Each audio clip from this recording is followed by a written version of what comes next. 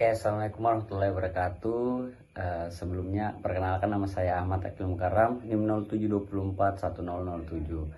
Jadi, pada hari ini kami akan ngebahas topik seputar sipil. Nah, di sipil sendiri tentu kita tidak asing dengan sebuah pembangunan atau sebuah proyek. Di dalam sebuah proyek itu sendiri, tentu saja saat proyek itu dibangun, proyek tersebut atau bangunan tersebut didasari oleh sebuah pondasi, dan di dalam pondasi ini terdapat beberapa elemen yang penting yang akan menopang berdirinya sebuah bangunan. Jadi untuk elemen sendiri itu salah satunya yang diperlukan adalah sebuah batu. Jadi untuk batu itu dibagi menjadi 3 jenis, ada batuan beku, batuan sedimen, dan juga batuan metamorf. Dan kali ini kami akan ngebahas topik seputar batuan metamorf.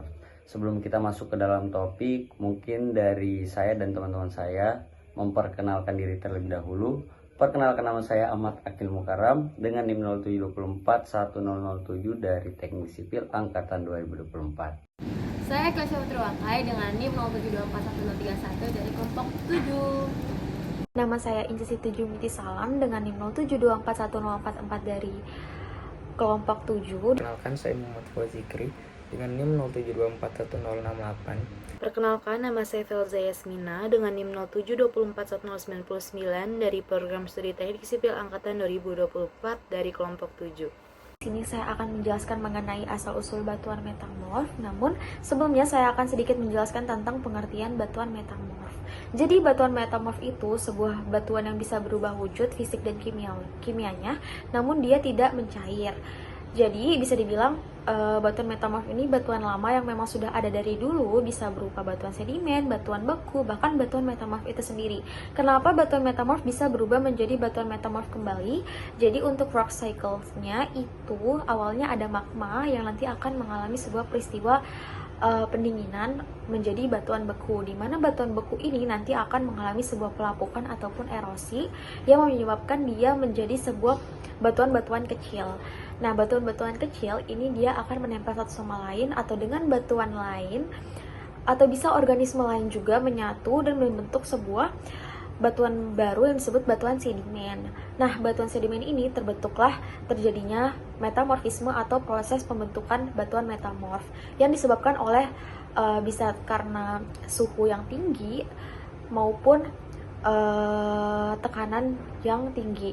Bahkan bisa dua tersebut sekaligus, dan untuk suhu dia ada di kurang lebih 200 sampai 800 derajat Celcius, dan untuk tekanan dia ada di 300 megapascal. Dan ketika dia melewati batas 200 sampai 800 itu derajat Celcius untuk suhunya, batuan metamorf ini dia bisa mencair kembali menjadi sebuah magma, dan prosesnya berulang lagi seperti yang tadi saya jelaskan. Dan untuk jenis-jenis metamorfisme itu ada 3. Yang pertama ada metamorfisme kontak. Ini tuh akibat intrusi magma, dan di sini tuh didominan sama panas ya, nggak ada tekanannya. Dan untuk metamorfisme regional itu dipengaruhi oleh tekanan dan suhu yang dalam skala luas, biasanya juga di daerah pegunungan. Seperti yang saya jelaskan tadi, kalau misalkan untuk tekanan dia ada di 300 megapascal, dan dia biasanya terjadi karena ada tumbukan lempeng maupun karena dia memang jauh letaknya di bawah dalam bumi, itu dia tertimbun dan mengalami sebuah tekanan. Lalu untuk yang ketiga ada metamorfisme dinamotermal. Ini gabungan antara metamorfisme kontak dan regional, jadi gabungan antara panas dan tekanan. Kalau kita bicara soal proyek teknik sipil, fondasi itu ibarat fondasi hidup ya. Dan kalau dasarnya bermasalah, bangunannya juga akan ikut bermasalah. Nah, kondisi batuan dasar jadi faktor penting banget, terutama kalau menyangkut stabilitas lereng penggalian sampai fondasi. Batuan metamorf terfoliasi seperti sekis, filit, atau gnesis punya bidang lemah. Masalahnya, bidang lemah ini bisa jadi jalan licin yang memicu longsor. Sedangkan batuan tak terfoliasi, misalnya kuarsit dan marmer, memang lebih kuat dan stabil, tetapi tetap ada tantangan tersendiri. Jadi ada 2 pertanyaan besar nih yang akan kita bahas. Yang pertama adalah, gimana sih perbedaan sifat mekanik 2 jenis batuan ini mempengaruhi stabilitas lereng dan metode penggalian? Dan yang kedua, Tantangan apa aja yang akan muncul saat merencanakan pondasi pada batuan terfoliasi dibandingkan dengan yang tak terfoliasi? Supaya arah pembahasan kita ini jelas, kita mempunyai dua penjelasan utama nih. Yang pertama, kita mau analisis pengaruh perbedaan sifat mekanik antar batuan metamorf terfoliasi dan tak terfoliasi, khususnya pada stabilitas lereng dan metode penggalian dalam konstruksi. Yang kedua, kita ingin mengidentifikasi tantangan fondasi di area batuan metamorf terfoliasi, lalu membandingkannya dengan kondisi tak terfoliasi. Dari sana, kita bisa tarik strategi teknis semacam tips and trick untuk mengurangi risiko di lapangan. Jadi intinya bukan cuma untuk tahu perbedaannya, tapi juga dapat solusinya. Oke, berdasarkan hasil diskusi yang kami buat pada minggu ini, beberapa poin bisa kami tangkap, yaitu yang pertama ada dari karakteristik batuan metamorf sendiri. Itu tuh dibagi menjadi dua, ada yang terfoliasi, ada yang tak terfoliasi. Nah, dari jenis yang terfoliasi itu contohnya ada sekis, filit, dan juga gneiss. Nah, dari contoh batuan metamorf yang terfoliasi itu tuh dia memiliki bidang lemah sejajar. Dia seperti kue lapis, dia berjajar. Nah, itu tuh disebabkan oleh tidak stabilnya gaya tekan yang ada di inti bumi. Karena batuan metamorf ini berasal dari inti bumi atau bagian bumi yang cukup dalam yang dipengaruhi oleh tekanan dan juga suhu. Jadi tekanan yang diberikan di batuan yang membuat batuan metamorf ini terjadi adalah gaya yang diberikan hanya dua arah, antara dia vertikal dari atas dan bawah ataupun horizontal di kiri dan kanan. Makanya batuan ini tuh menjadi motif berlapis. Nah, dari kekuatannya itu sendiri untuk batuan yang terfoliasi, dia cenderung mudah longsor kalau misalnya dia tuh terdapat di bagian lereng. Kemudian untuk gaya tekannya itu lebih rendah karena ketika dia mempunyai bidang yang sejajar seperti ini dan dia diberikan gaya vertikal, itu akan mudah pecah. Kemudian untuk yang kedua ada batuan metamorf yang tak terfoliasi. Untuk contohnya itu ada kuarsit dan juga marmer. Kalau misalnya tadi dari batuan yang terfoliasi itu gaya tekannya hanya dua arah, kalau untuk yang terfoliasi tak terfoliasi itu gaya tekannya dari arah mana saja. Dia akan membentuk sebuah batuan yang padat. Karena arahnya itu dari mana saja, untuk motifnya itu tidak seperti kue lapis, namun kan dia berbentuk sebuah padatan batuan metamorf. Untuk kekuatannya sendiri itu dia otomatis lebih stabil karena dari gaya pada saat dia terbuat itu tuh tidak ada kekurangan gaya tekan, makanya dia bisa memiliki kekuatan yang lebih kuat. Namun karena ini batuan metamorf itu berasal dari bumi, dia rentan terhadap pelarutan dari bahan kimia. Terus tuh karena kita ngebahas topik soal lereng, kita bahas dampak stabilitas lereng pada penggalian untuk batuan metamorf yang terfoliasi dan juga tak terfoliasi. Untuk yang terfoliasi otomatis dia rawan longsor karena bidang foliasinya yang hanya sejajar. Jadi dia sebenarnya memerlukan kondimen lain di kiri dan kanannya agar kita bisa mencegah perawanan longsor pada suatu lereng yang memiliki batuan metamorf ini. Lalu yang kedua ada batuan metamorf yang tak terfoliasi. Nah, untuk batuan metamorf yang tak terfoliasi ini condong lebih stabil karena dalam pembuatan batuan metamorfnya itu dia bisa menekan gaya tekan dari arah mana saja. Otomatis kalau misalnya dalam sebuah lereng gaya yang diberikan kan kebanyakan dari atas, gaya vertikalnya pun ada gaya yang berasal dari horizontal. Nah, karena dia bisa menahan beban dari arah mana saja. Makanya pada lereng ketika ada batuan metamorf yang tak terfoliasi, itu dia bisa menahan beban tersebut. Lalu untuk yang ketiga ada tantangan pada pondasi. Untuk tantangan pada pondasi, pada batuan yang terfoliasi itu menjadi kelemahan karena sesuai yang saya jelaskan tadi, bidangnya itu hanya bisa menahan gaya yang sejajar dengan motif pada batuan metamorf tersebut. Dan untuk yang tak terfoliasi, dia bisa menahan beban dari arah mana saja. Makanya untuk batuan metamorf yang tak terfoliasi ini bisa juga kita gunakan sebagai pondasi karena dia lebih homogen dan juga bisa menahan beban yang lebih besar daripada batuan metamorf tak terfoliasi. Namun jangan lupa kekurangan dari batuan metamorf itu dia rentan terhadap cairan kimia atau cairan asam. Jadi di sini kami telah melakukan analisis terkait batuan metamorf, di mana kami melakukan metode analisis data kualitatif, di mana kami memulai dengan pencarian studi literatur terkait hasil kajian yang berhubungan dengan penelitian yang sedang dilakukan, terutama yang membahas terkait sejarah mengenai pembentukan batuan metamorf, asal-usul, serta jenis-jenis batuan metamorf.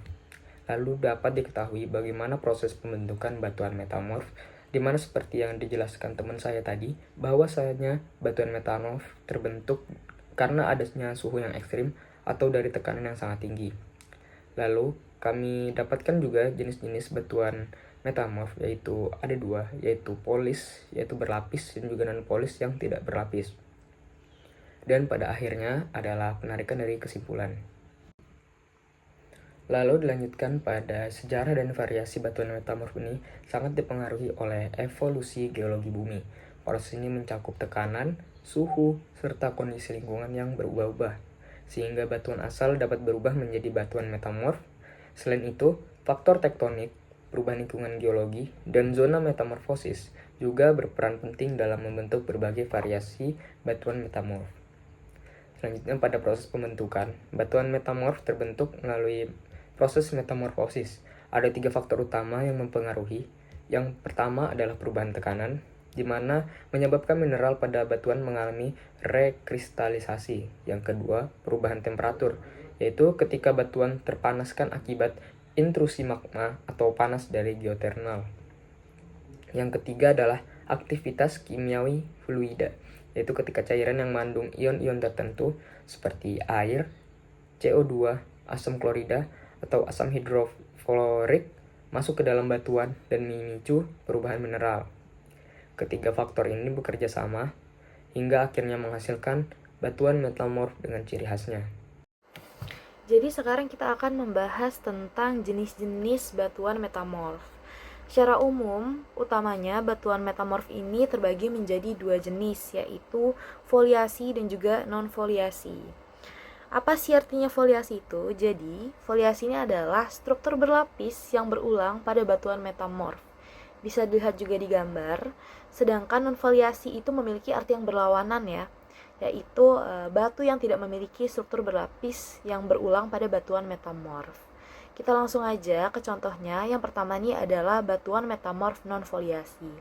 Ada 2 contohnya. Yang pertama ada marmer dan juga ada kuarsit. Yang pertama marmer. Jadi batuan ini terbentuk dari batuan sedimen bernama batu gaping yang mengalami metamorfosisme.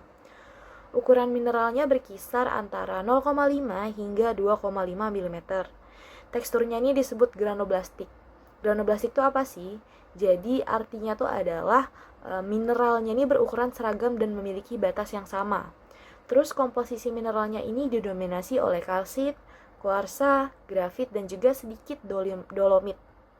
Yang kedua ada kuarsit. Batuan ini tuh terbentuk dari batuan sedimen bernama batu pasir kuarsa. Ukurannya ini antara 1 hingga 2,5 mm. Dia tuh sebenarnya mirip-mirip ya dengan marmer. Terus juga ukuran dari kuarsit ini dia memiliki tekstur granuler equidimensional. Jadi granuler itu artinya butiran dan juga equidimensional tuh artinya memiliki ukuran yang hampir sama semuanya gitu. Mineral utamanya ini adalah kuarsa dan juga sedikit mineral opak. Nah, lanjut ke jenis yang kedua yaitu batuan metamorf foliasi. Ada beberapa contoh. Yang pertama ini adalah gneiss, yaitu jenis batuan yang memiliki foliasi yang paling jelas. Jadi ciri khasnya nih lapisan-lapisan mineralnya ini berbeda sehingga terlihat seperti pita gelap dan juga terang. Terus juga lebih dari 50% mineral pada batuan ini menunjukkan adanya kesejajaran. Yang kedua ada phyllite. Nah, batuan ini memiliki tekstur yang lebih halus dibandingkan dengan gneiss. Mineral utamanya adalah mica serisit yang sangat kecil, tahan lama dan juga lunak. Batuan ini terlihat bersinar atau mengkilap ya. Terus yang ketiga tuh ada schist. Batuan ini mengandung lapisan mica, grafit dan juga hornblende. Foliasinya ini terlihat lebih bergelombang dan mineralnya lebih kasar dibandingkan dengan phyllite. Dan yang terakhirnya ada slate, adalah batuan metamorf foliasi dengan butiran paling halus. Batuan ini terbentuk dari proses transisi batuan lempung yang terkena suhu dan juga tekanan yang sangat rendah. Cirinya ini dia mudah dipecah dan menjadi lembaran-lembaran tipis. Dan yang terakhir kita masuk kepada kesimpulan. Untuk kesimpulan yang sudah kami jelaskan dan hasil diskusi kami selama 1 minggu ini, kita bisa tahu dari batuan metamorf itu memiliki peran penting dalam perencanaan konstruksi di bangunan sipil. Kemudian jenisnya itu ada dibagi menjadi 2, foliasi dan juga tak terfoliasi. Dari foliasi itu ada sekis dan juga filit, dan dia itu cenderung tidak bisa menahan beban dari arah mana saja. Dia hanya bisa menahan beban sesuai dengan arah dari pola tekan sendiri. Lalu yang kedua ada batuan yang tak terfoliasi, ini seperti kuarsit dan juga marmer. Untuk batuan ini bisa menahan gaya dari mana saja, jadi cenderung lebih kuat meskipun dia terdapat kekurangan, yaitu tidak bisa menerima bahan kimia atau cairan asam.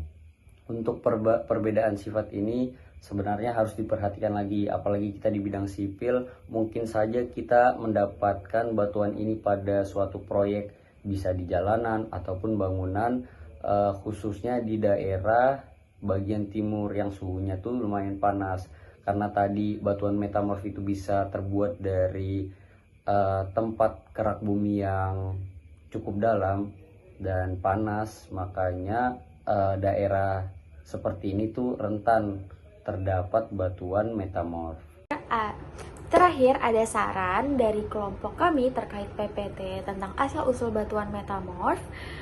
Yang pertama, lakukan investigasi geoteknik detail, terutama pemetaan foliasi dan uji laboratorium sebelum menentukan desain fondasi atau lereng.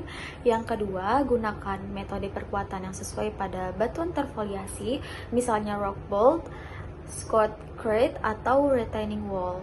Yang ketiga, pertimbangkan faktor biaya dan durabilitas saat bekerja dengan batuan tak terfoliasi, khususnya kuarsit yang keras dan marmer yang rentan pelarutan.